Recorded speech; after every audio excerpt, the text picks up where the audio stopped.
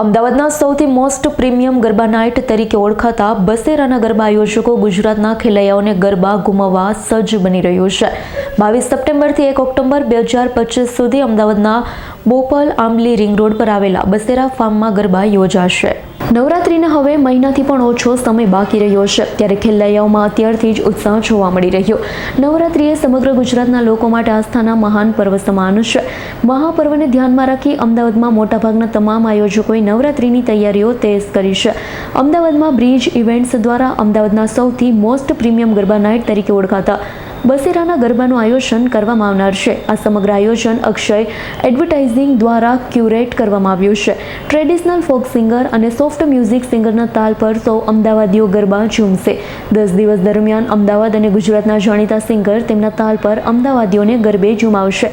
આ કલાકારોમાં પ્રથમ દિવસે કૌશિક ભરવાડ, બીજા દિવસે ધરતી સોલંકી, ત્રીજા દિવસે મેહુલ વિસનગર, ચોથા દિવસે કાજલ ટોડિયા, પાંચમા દિવસે ગોપાલ ભરવાડ, છઠ્ઠા દિવસે માધુરી બારોટ, સાતમા દિવસે જાગૃતિ ચૌધરી, આઠમા દિવસે રૂપલ ડાભી, નવમા દિવસે જયકર ભોજક, ભૈરવી ભોજક તેમજ 10મા દિવસે જેડી પ્રજાપતિ જેવા કલાકારો ગુજરાતના ખેલૈયાઓને ગરબા ગુમાવશે। રજૂ કરતો તો નવી એમ મારી દીકરી પણ નવી આઈટમો રજૂ કરશે। 3 તાળીમાં સનેડો ને એ બધાની થી અલગ કંઈક રજૂ કરશે જે સરપ્રાઇઝિંગલી રહેશે। એ ચાલુ નવરાત્રીમાં તમને જોવા મળશે।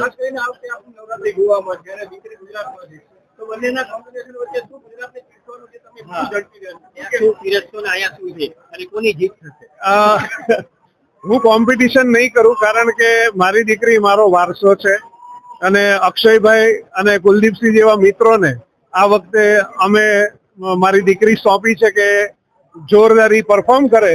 અને ઓર્ગેનાઇઝેશન એ એટલું સુંદર કરી રહ્યા છે, કારણ કે એમનો બેઝિક કન્સેપ્ટ શું છે કે દર વખતે ગરબામાં વધુ વસ્તી આવે છે, પાસ જરૂરત કરતા વધારે વેચીને લોકો પ્રોફિટ કમાવા માંગતા હોય છે, એવું નથી। આમાં અક્ષયભાઈને એમણે એવું આયોજન કર્યું છે કે ભાઈ અમારે લિમિટેડ પાસ વેચશું, પણ આયોજન સિક્યોરિટી એને અમે પ્રથમ પ્રાથમિકતા આપશું। તો એ બહુ સુંદર મજાનું આયોજન છે। અને બધા કલાકારો, જેમાં કૌશિકભાઈ ભરવાડ બહુ સુંદર ગાયક છે, ધરતી સોલંકી બહુ સુંદર ગાય છે, મારી દીકરી ભૈરવી ભોજક બહુ સુંદર કરી રહી છે। મારીને જો એ નવરાત્રીની સરખામણી કરીએ તો ગોવાની અંદર ગુજરાતીઓ બહુ એટલા ના હોય, એટલે હું ત્યાં બંગાળી, મલયાલી, મરાઠી, પંજાબી આ બધા જ ગીતો કંઠસ્થ ગાઈ શકું છું। હિન્દુસ્તાનની તમામ લેંગ્વેજમાં હું ગાઈ શકું છું, તો હું ત્યાં ગાઈશ। મારી દીકરી બસેરા પાર્ટી પ્લોટ સંભાળશે અને બધી પબ્લિકને અમારું ખૂબ ખૂબ ભાવભર્યું આમંત્રણ છે કે આ ગરબા રમવા આપ પધારો। રાત્રિ બસેરા પાર્ટી પ્લોટમાં આયોજન થઈ ગયું છે અને ગયા વર્ષે પણ ખૂબ સારું આયોજન હતું। આ વર્ષે રાત્રિમાં રાસ મંડળી અને રાસ ગરબાનું આયોજન કર્યું છે અને આ વર્ષે નવરાત્રીમાં એક મારું સરસ મજાનું સોંગ આવે છે, જેની 2 લાઈન અહીંયા તમને સંભળાવું।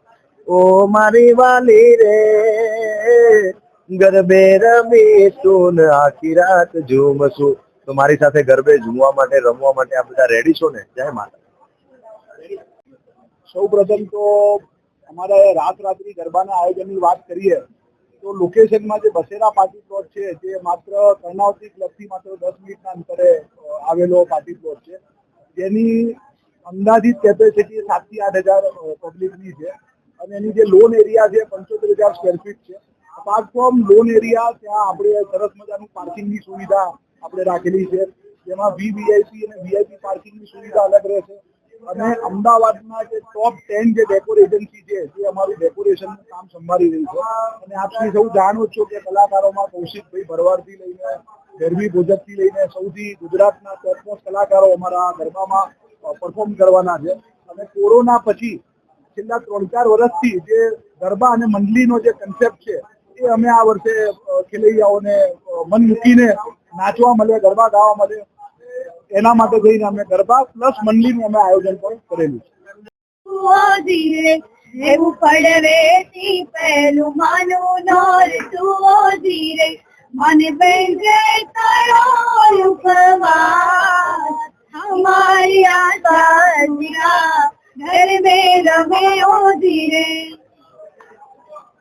સંજીવ રાજપૂતનો રિપોર્ટ, S9 ન્યૂઝ, અમદાવાદ।